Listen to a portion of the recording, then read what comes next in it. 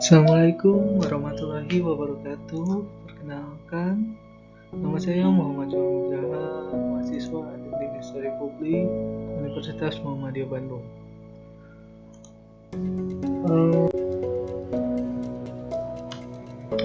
Di video kali ini kita akan sedikit mengulas atau membahas tentang Jurnal Ekonomi Manajemen dan Akuntansi.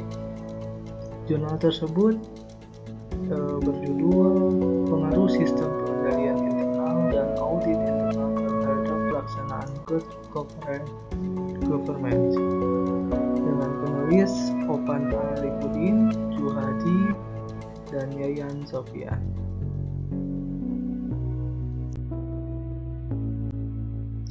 Langsung aja, yang pertama adalah abstrak.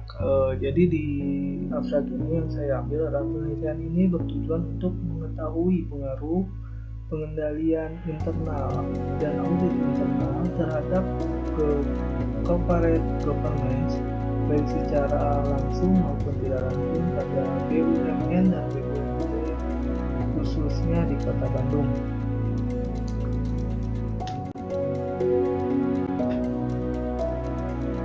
Lanjut ke internal control atau pengendalian internal.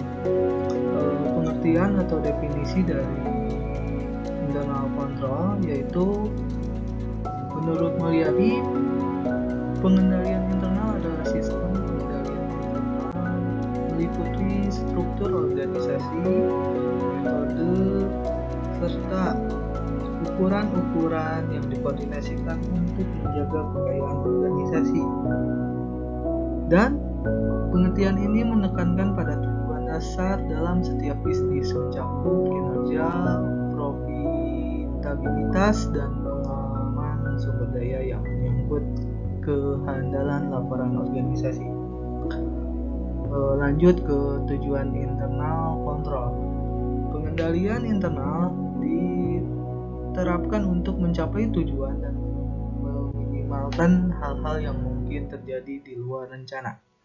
Pengendalian internal juga meningkatkan efisien, mencegah timbulnya kerugian atau aktiva, dan mempertinggi tingkat keandalan data dalam laporan keuangan dan mendorong dipatuhinya hukum dan peraturan yang telah ditetapkan, menurut Puji Yono. Lanjut ke fungsi internal control.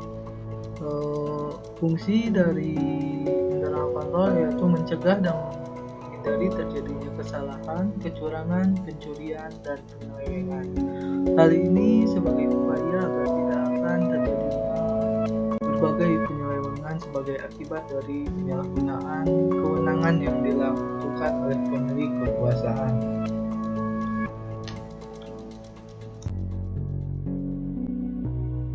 Lanjut ke internal audit. Definisi dari internal audit menurut Institute of Internal Auditor mendefinisikan bahwa internal audit ialah kegiatan yang independen dan objektif beserta konsultasi yang disusun untuk meningkatkan nilai dan operasional organisasi atau perusahaan. Internal audit dapat didukung organisasi atau perusahaan dalam mencapai tujuannya dengan cara pendekatan yang terstruktur dan disiplin. Pendekatan internal audit tersebut dilakukan dengan cara evaluasi dan meningkatkan efektifan manajemen risiko, controlling, dan proses tata kelola. Lanjut ke fungsi internal audit. Audit internal berfungsi sebagai penilai independen yang dibentuk oleh perusahaan untuk memeriksa dan mengevaluasi semua aktivitas perusahaan. Hasil audit internal diharapkan akan dapat meningkatkan reliabilitas informasi tentang keadaan dalam unit-unit yang diawasi, menurut Muhammad Salahuddin. Ada pula fungsi dari internal audit Fitriani yang mengemukakan fungsi audit internal adalah membantu organisasi dalam memelihara dan mengendali internal yang efektif dengan cara mengevaluasi kecukupan, efisiensi, dan efektivitas pengendalian tersebut serta mendorong peningkatan pengendalian internal secara bersinambungan. Lanjut ke tujuan dari audit internal, yaitu tujuan audit internal adalah memberikan pelayanan kepada organisasi untuk membantu semua anggota organisasi tersebut. Bantuan yang diberikan sebagai tujuan akhir adalah agar semua anggota organisasi dapat melakukan tanggung jawab yang diberikan dan dibebankan kepada secara efektif.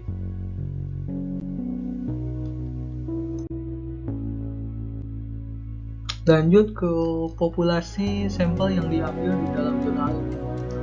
Populasi dan dalam penelitian ini adalah badan usaha milik negara dan badan usaha milik daerah di Kota Bandung.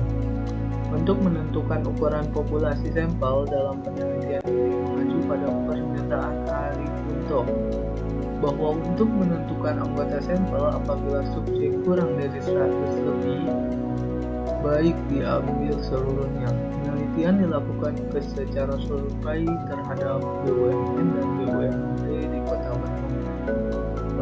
Responden dalam penelitian ini adalah internal auditor pada badan usaha milik negara dan badan usaha milik daerah di Kota Bandung. Ada pula variabel yang diambil dari penelitian dalam jurnal ini, yaitu pengendalian internal sebagai variabel X1 dan audit internal sebagai variabel X2, sedangkan variabel dependen yaitu pelaksanaan good governance sebagai Y. Untuk lebih jelasnya mungkin bisa dilihat di jurnalnya. Lanjut ke pengumpulan data yang digunakan, yaitu dengan cara kuesioner yang pertama, yang kedua wawancara, yang ketiga teknik dokumentasi,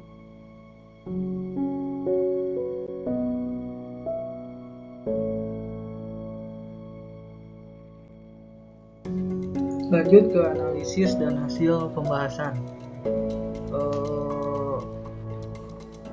Berdasarkan tabel tersebut dapat disimpulkan bahwa pelaksanaan sistem pengendalian internal di BUMN berjalan lebih baik dibanding BUMD.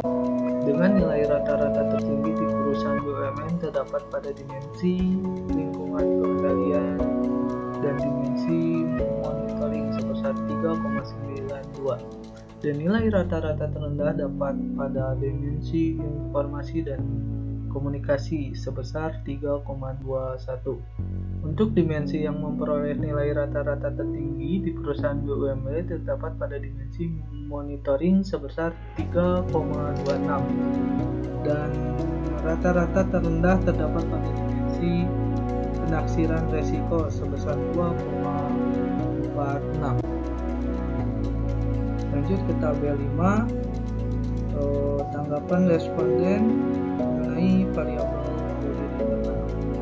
Berdasarkan tabel tersebut, diketahui untuk dimensi yang memperoleh nilai rata-rata tinggi di perusahaan BUMN terdapat pada dimensi pelaksanaan kegiatan pemerintah sebesar 3,94, dan nilai rata-rata terendah terdapat pada dimensi kemampuan profesional sebesar 3,07, sedangkan untuk dimensi yang memperoleh nilai rata-rata tertinggi di perusahaan BUMD terdapat pada dimensi pelaksanaan kegiatan pemeriksaan sebesar 3,65, dan rata-rata terendah terdapat pada dimensi kemampuan profesional sebesar 2,9. Lanjut ke tabel 6, tanggapan responden mengenai variabel governance. Berdasarkan tabel di atas diketahui secara keseluruhan untuk dimensi yang memperoleh nilai rata-rata tertinggi di perusahaan BUMN terdapat pada dimensi akuntabilitas sebesar 3,79 dan nilai rata-rata terendah terdapat pada dimensi kemandirian sebesar 3,16. Sedangkan untuk dimensi yang memperoleh nilai rata-rata tertinggi di perusahaan BUMD terdapat pada dimensi pertanggungjawaban sebesar 3,28 dan rata-rata terendah terdapat pada dimensi transparansi sebesar 2,78, sehingga bisa disimpulkan bahwa pelaksanaan sistem pengendalian internal, audit internal, dan pelaksanaan GCG di BUMN lebih baik dibanding BUMD.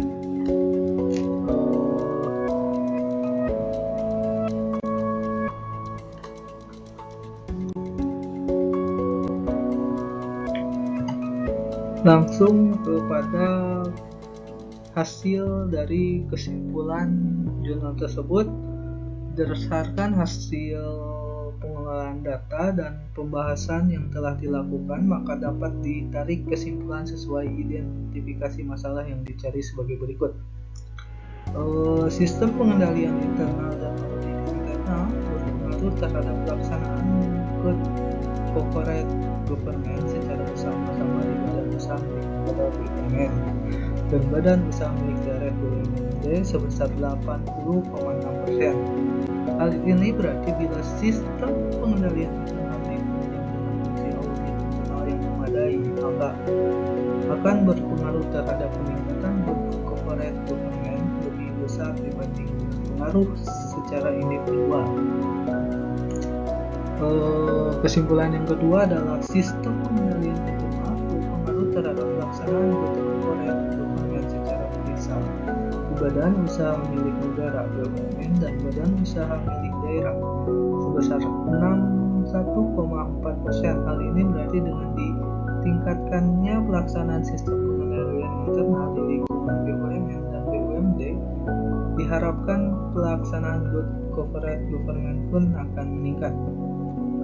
Kesimpulan yang ketiga, audit internal berpengaruh terhadap pelaksanaan corporate governance secara parsial di badan usaha milik negara dan badan usaha milik daerah sebesar 11,3%. Hal ini menunjukkan berdasarkan hasil statistik, bila fungsi audit internal memadai, maka pelaksanaan corporate governance pun diharapkan akan meningkat.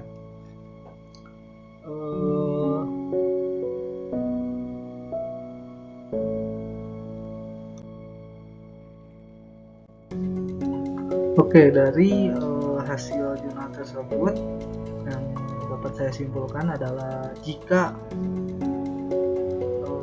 sistem pengendalian internal dalam suatu organisasi baik yang didukung oleh efisiensi fungsi audit internal yang baik, maka akan menghasilkan implementasi corporate governance yang memuaskan dalam organisasi tersebut.